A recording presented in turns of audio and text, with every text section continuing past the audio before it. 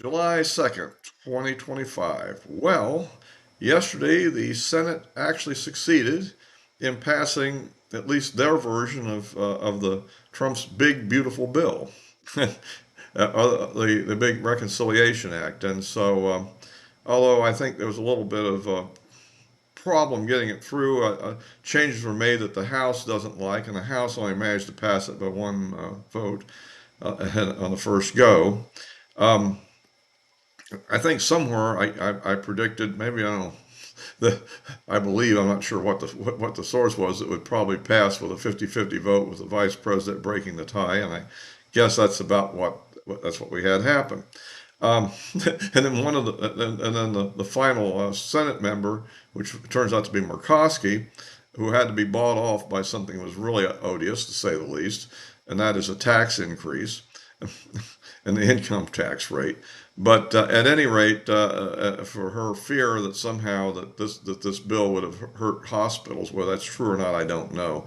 Um, and anyhow, but then she comes out and recommends that the House not pass it, which is really interesting. And but we'll not dwell on her too much at the moment. The key thing is we did get it through the Senate, which is a major hurdle, and so now it goes to the House, and of course with the House apparently had adjourned and everybody went home, not knowing what the Senate would do. I guess being pessimistic that would pass on the first attempt or something.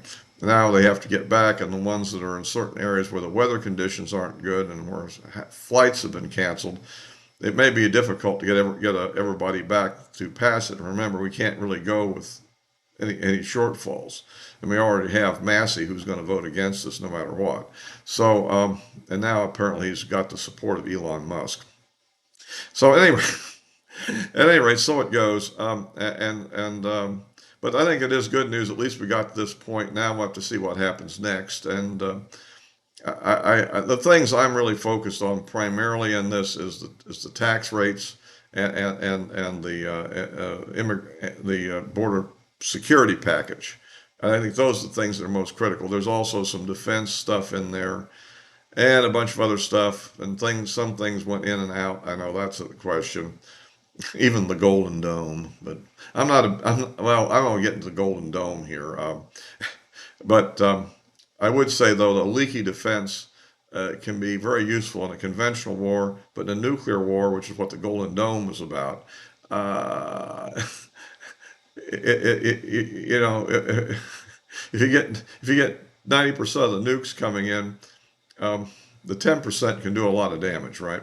But let's don't get too off on that sort of strategic thinking here. Let's talk about the bill. And so now the next issue is, can we get the thing through the House in the next several days, whether by the 4th of July or whether it be a day or so later. I'm not sure if we can get everybody there. Right now, we even have trouble with the Rules Committee, I believe, because we had to put members of the Freedom Caucus on the Rules Committee in order to get the Speaker picked. And so now they may very well obstruct by rejecting the rule, in which case we'll then be in another negotiation. Worst case, we may even have to have the House come up with modifications to the Senate bill and then send it back over there. And the question is, can they repass it? The good thing, from my point of view, and I can explain a little later what my point of view is, but the good thing is we actually have a version through the Senate. So down the road, when push comes to shove, it's possible we could still bring it back and ram it through the House again with by one vote margin and get the tax issues through and the immigration issues through, etc.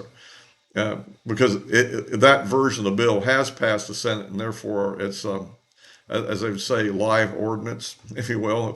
If a shell came out, it can be used. In other words, even if it's rejected now, and even if the House comes up with a different version and sends it back, I believe because it's been passed the Senate, you could bring up the original Senate version and pass it later if we get in a jam. So that part is good. So anyway, if you like these videos, please give me a like, subscribe, click the bell for notifications, or you can also follow me on Rumble if you get a hold of this somehow and are not a YouTube member or regular. So I think that I understand this Elon Musk Trump thing has really got out of control. I'm not sure quite where that came from.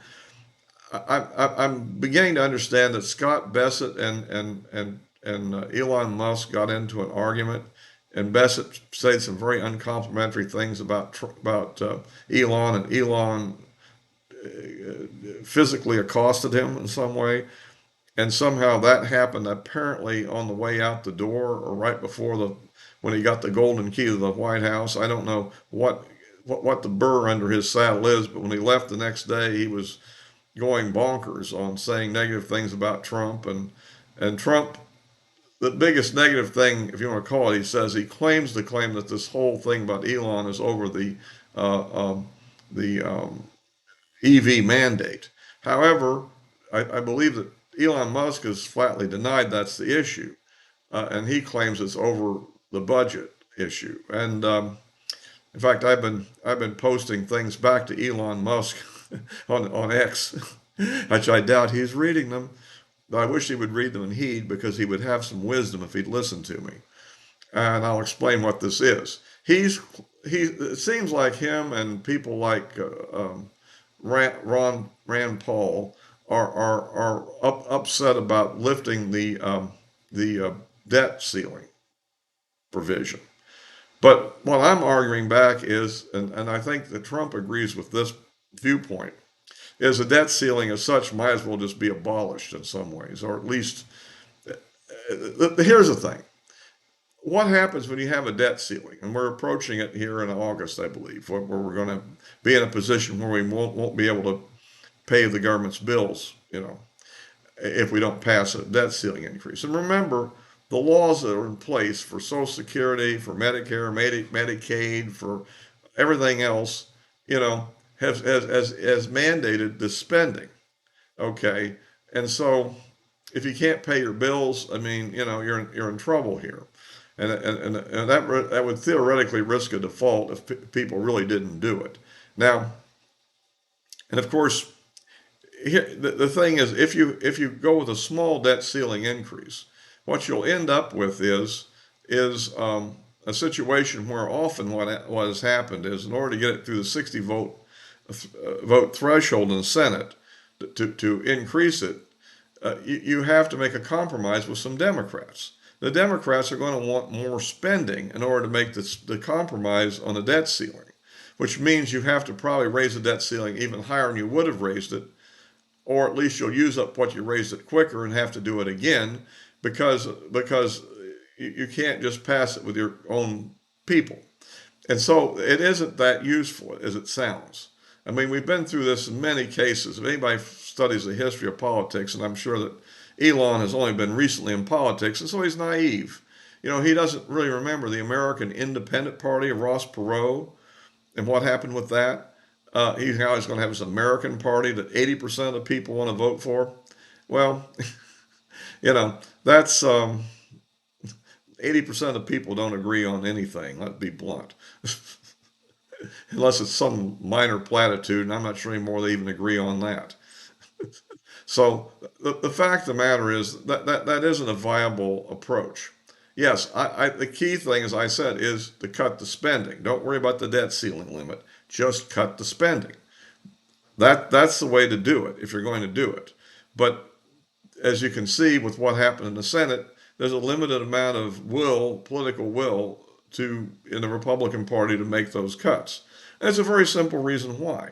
Let's say they carried out a massive cut of all sort of popular programs, what would happen in the next election is, no matter how good the budget looked at that time, they would be voted out of office. The Democrats would come in and they would pursue a completely opposite strategy of spending and taxing. Okay, that's what would happen. So it doesn't do any good. It's futile. And so and apparently Elon, for all of his brilliance at building rockets and robotics and electric cars and a number of and Neuralink and all that great stuff, doesn't seem to comprehend this. It's just the nature of the beast. And so and that's what Trump, I think, is trying to get through to him. Although his way of communicating with threats, and I think it'd be much better if he had a calm conversation with him rather than making threats about cutting back the funding for SpaceX or something.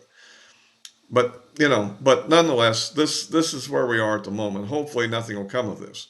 Like I said, the good news is Elon, being not a native born citizen, can't run for president. So he can't really be Ross Perot. He'd have to have an avatar, a surrogate that would run in his place, and then they'd probably get in an argument at some point.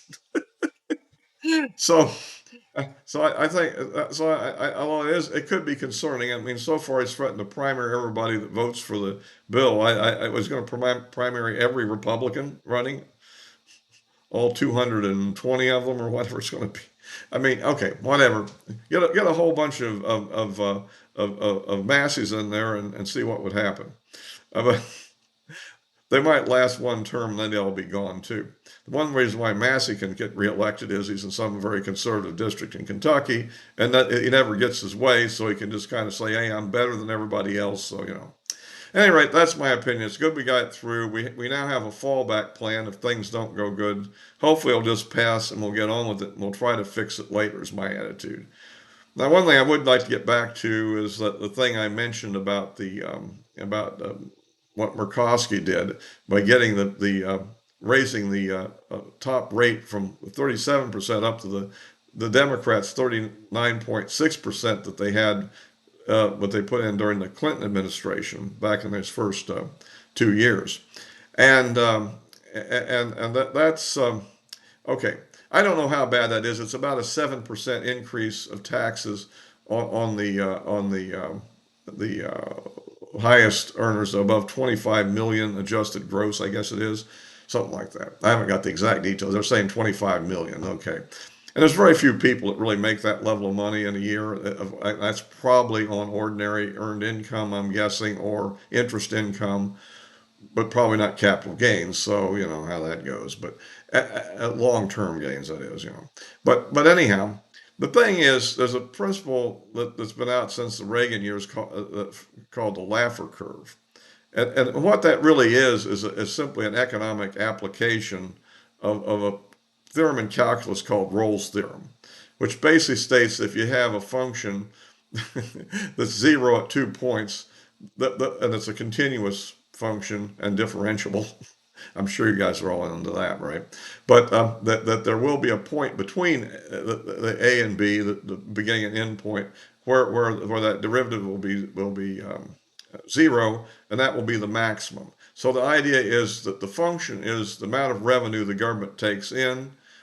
Zero is like no taxes at all, and on one end, on the other end is 100% taxes. And the idea is if there's 100% taxes, the economy would not function. There'd be no income. It'd all be illegal income, but no legal income, let's say. And on the other end, with no taxes, the government wouldn't have any revenue, so it couldn't function, right?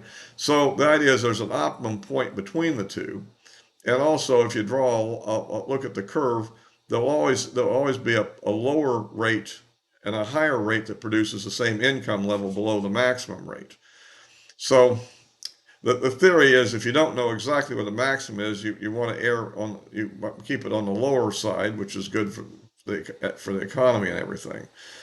The question is 39.6% really the maximum that revenue you get, or there's a point at which you actually get less revenue?